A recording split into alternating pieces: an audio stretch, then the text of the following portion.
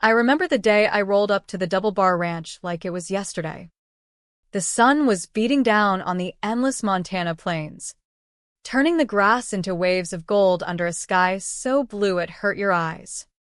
I'd traded my city slicker clothes for worn jeans, boots, and a flannel shirt that smelled like hay from the get-go.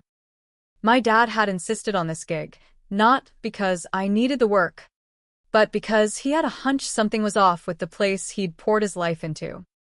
The ranch had been in our family for generations, but Dad had stepped back years ago, becoming more of a silent investor while Travis Harlan ran the day-to-day. Travis was the kind of guy who thought a loud voice and a firm handshake made him king of the hill. From the moment I met him, I knew he was trouble. I was posing as Jordan Hayes, a fresh-faced college kid interning for the summer to learn the ropes of ranch management. No one knew I was actually Jordan Caldwell, daughter of the majority owner. Travis sized me up at the barn door, his cowboy hat tilted back, a smirk playing on his lips. "Well, look what the wind blew in," he drawled, eyeing my backpack like it was a joke. "Hope you brought some grit, sweetheart. This ain't no dude ranch vacation." He laughed, a booming sound that echoed off the wooden beams. And the other hands, the real cowboys who'd been there for years, just shifted uncomfortably, avoiding my gaze. I bit my tongue and smiled. "Ready to learn, sir." That was my weapon, playing the eager beaver, the wide-eyed newbie. Dad had warned me, observe, don't engage. The ranch was up for a potential merger with a big agribusiness outfit from Wyoming, looking to expand their operations. But rumors were swirling about mismanagement, and Dad wanted eyes on the ground. So there I was, mucking stalls at dawn, herding cattle by noon, and biting back retorts every time Travis barked orders like we were his personal serfs. The first few weeks were a grind. I'd rise before the roosters, the crisp mountain air slapping me awake as I headed to the bunkhouse kitchen for coffee strong enough to strip paint. Maria, the cook who'd been with the ranch since before I was born, slipped me extra biscuits and a knowing wink. "Hang in there, kid. Travis likes to test the new blood." She didn't know my real identity, but her kindness was a lifeline in a sea of sidelong glances and sore muscles. Travis made sure I felt every inch the outsider. He'd assign me the dirtiest jobs, cleaning out the horse troughs caked with mud, or fixing fences in the blistering heat without so much as a water break reminder. Once, during a staff meeting in the main house, he introduced me as the temp help from back east, even though I'd faked a resume from a Colorado AG school. "Don't let her near the books, boys," he joked, slapping his knee. "She might mix up the feed costs with her latte budget." The room chuckled uneasily, but I just nodded, jotting notes on my notepad. What he didn't know was that those notes weren't about cattle rotations, they were about him. Silence became my ally. I'd linger after meetings, ears perked as the hands grumbled in low voices. "Travis is skimping on the vet calls again," one whispered. "That herd's got issues, but he says it's fine." Another nodded. "And those water rights filings? He's dragging his feet. Could cost us big if the state audits." I filed it all away, piecing together the puzzle. Travis wasn't just arrogant, he was sloppy. Dad had set up this internship quietly through a third-party contact, so no one suspected. But as I fetched his endless cups of black coffee or ran errands into town, I was mapping his every move. One scorching afternoon, Travis handed me a stack of invoices to file. "Since you're good at busy work," he said with a wink that made my skin crawl. I took them without a word.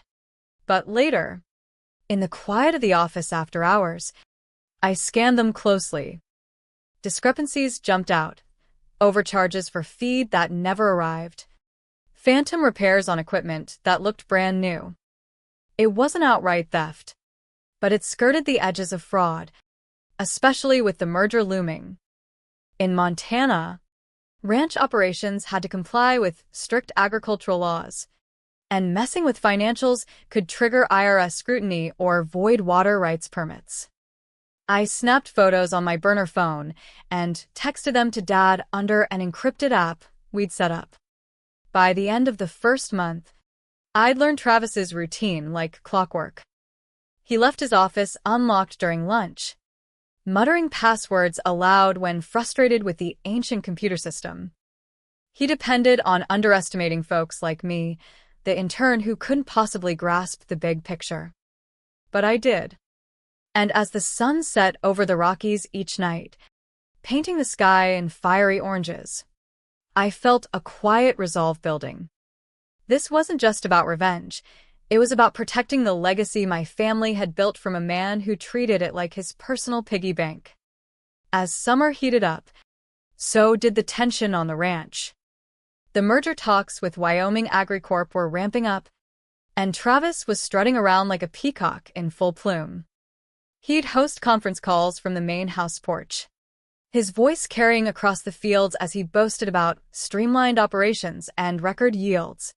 But I knew the truth. The cattle were underfed, the irrigation systems outdated, and worker safety was a joke. One old-timer named Grant, confided in me while we repaired a gate. If Travis spent half as much time fixing fences as he does schmoozing suits, we'd be golden. I nodded, handing him a hammer, and quietly noted the safety violations. No proper gear for handling chemicals. Ignored OSHA regs on heavy machinery. I started playing the long game, eating my pride like it was part of the daily chow. Travis would dismiss my suggestions in meetings, stick to the basics. Kid. But I'd circle back later, offering help to the crew. Hey, Layla from admin, I'd say casually by the water cooler. What do you think of Travis's budget cuts? She'd sigh, glancing over her shoulder.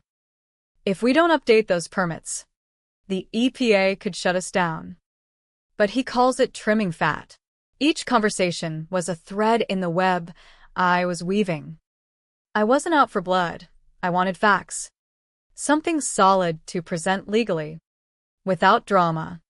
Dad checked in weekly via our secure line.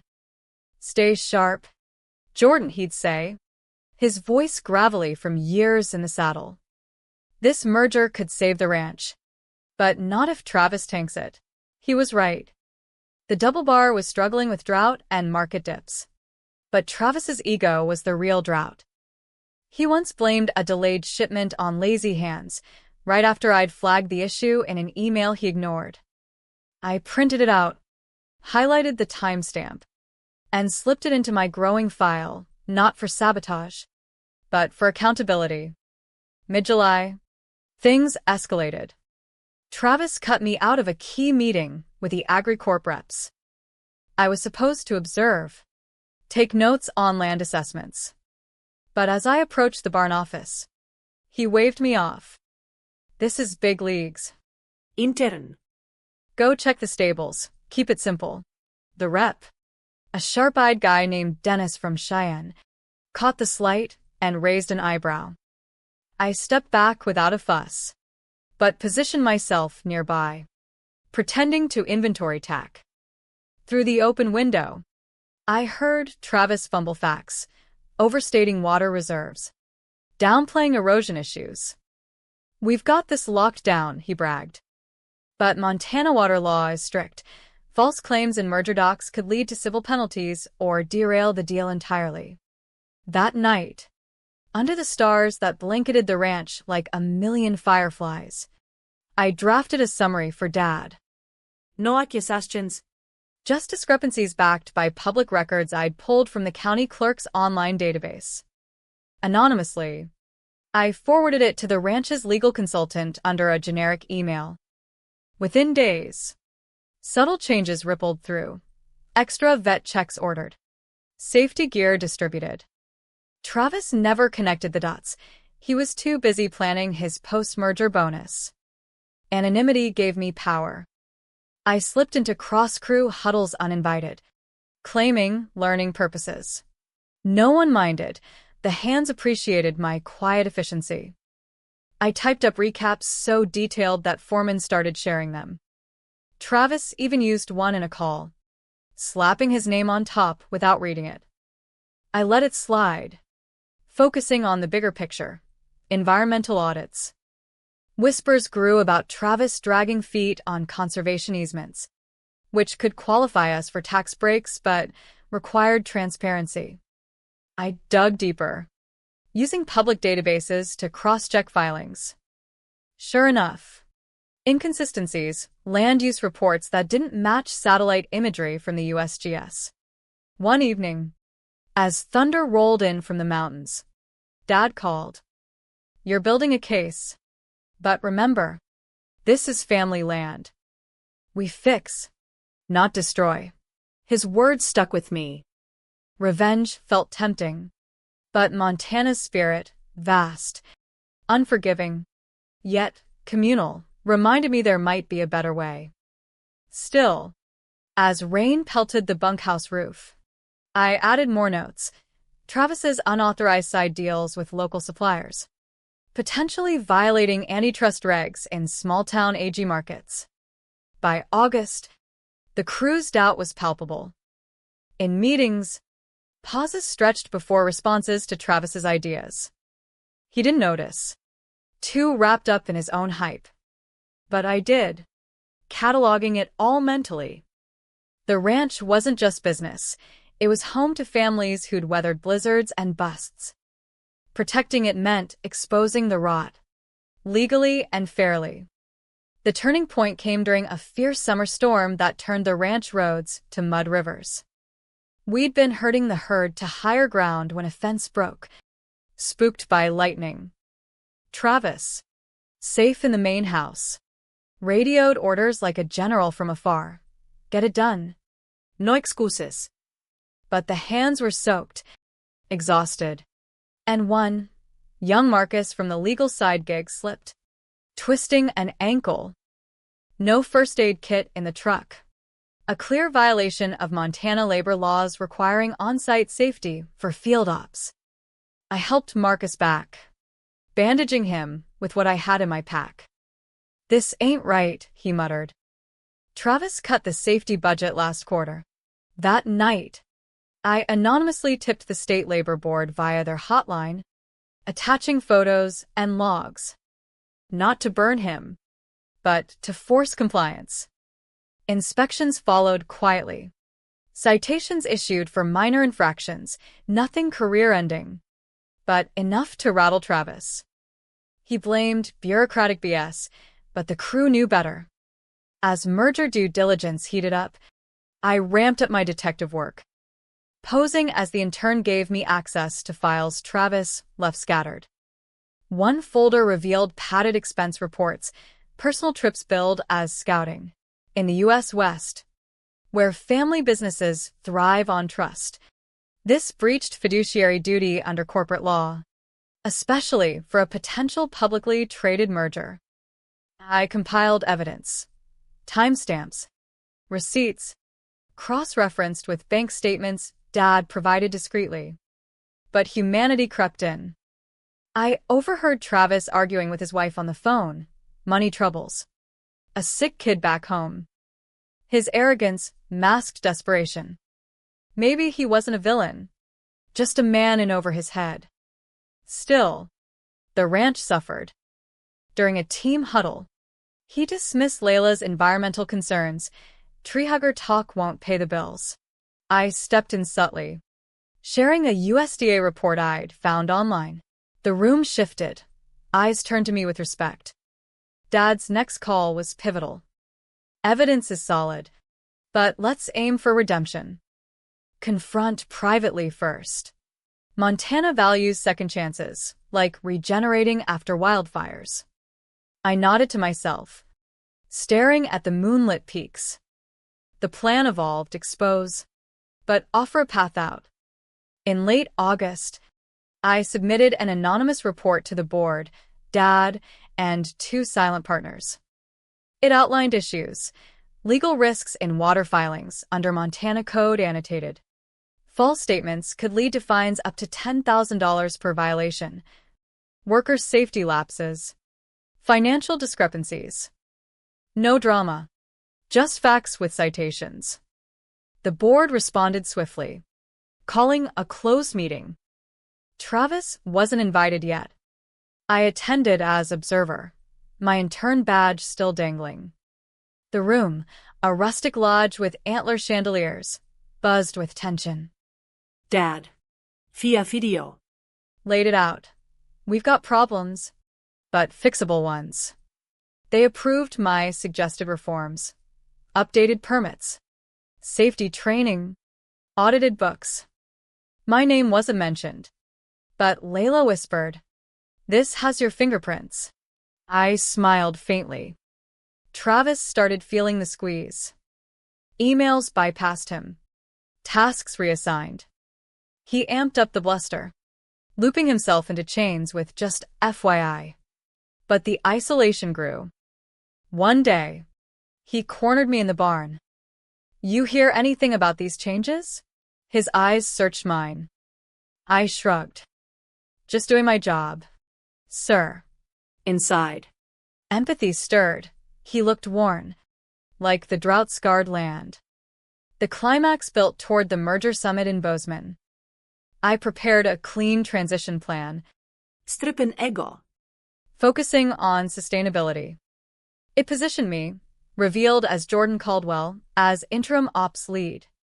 But I added a clause: mentorship for current management, a humane off-ramp. The merger summit was held in a sleek Bozeman conference center, a far cry from the ranch's dusty trails. Travis arrived in his best Western suit, Bolotie gleaming. packets under arm like weapons. I slipped in quietly, still in intern mode. The board table was set with nameplates. Mine read Jordan Hayes, intern, but Dad had arranged a reveal. As investors from AgriCorp settled in, Travis launched into his pitch, double bars primed for growth. Folks. But Dennis, the rep, probed. Water rights secure? Travis hedged, sweat beading. He sat silent. Watching. Midway, Dad stood. "Let's clarify leadership." He nodded to me. "Jordan Caldwell, my daughter, has been observing. She's drafted the real plan." The room froze. Travis's face drained. What? The intern. Murmurs rippled. I rose, distributing packets. "This addresses legal gaps, compliant filings, safety upgrades." Transparent finance. Evidence was appended, anonymized. No finger pointing. Investors nodded. "Cleaner than the original," one said. Travis stammered. "I've built this place." Dad interjected gently. "But missteps risk it all. We're offering a transition, advisory role, with oversight. It was humane, no firing. Just accountability." Travis's shoulders slumped, but relief flickered. I got in deep. Family stuff. The room softened. We broke for lunch. Montana beef on the menu. Travis approached me privately. "You played me." I shook my head. "I protected the ranch. We all deserve second chances." He nodded, eyes misty. The deal proceeded, with reforms. Back at the ranch, changes flowed, training sessions, fair pay bumps. Travis mentored under me, opening up about pressures. The crew thawed, family drama eased into unity. Fall arrived with crisp winds sweeping the Montana valleys, turning leaves to fire. The merger closed smoothly, AgriCorp infusing capital while preserving our independence. I stepped into Ops Director, badge updated, but the real win was the shift in culture. Travis, in his advisory role, Transformed, attending AA meetings for stress, advocating for worker input. I was blind, he admitted one evening by the campfire. Pride nearly cost everything. The lesson hit home. Revenge burns out, but mercy rebuilds. I'd gathered evidence legally, public records, anonymous tips to regulators, ensuring no backlash. Montana law protected whistleblowers. And our family drama resolved without court. Dad beamed during a visit. You didn't just save the ranch, you healed it. Grant slapped my back during a herd count. From intern to boss, poetic. But I knew it was about community. We hosted a ranch barbecue, laughter echoing under the stars. Travis raised a toast to fresh starts. I clinked glasses, feeling the weight lift.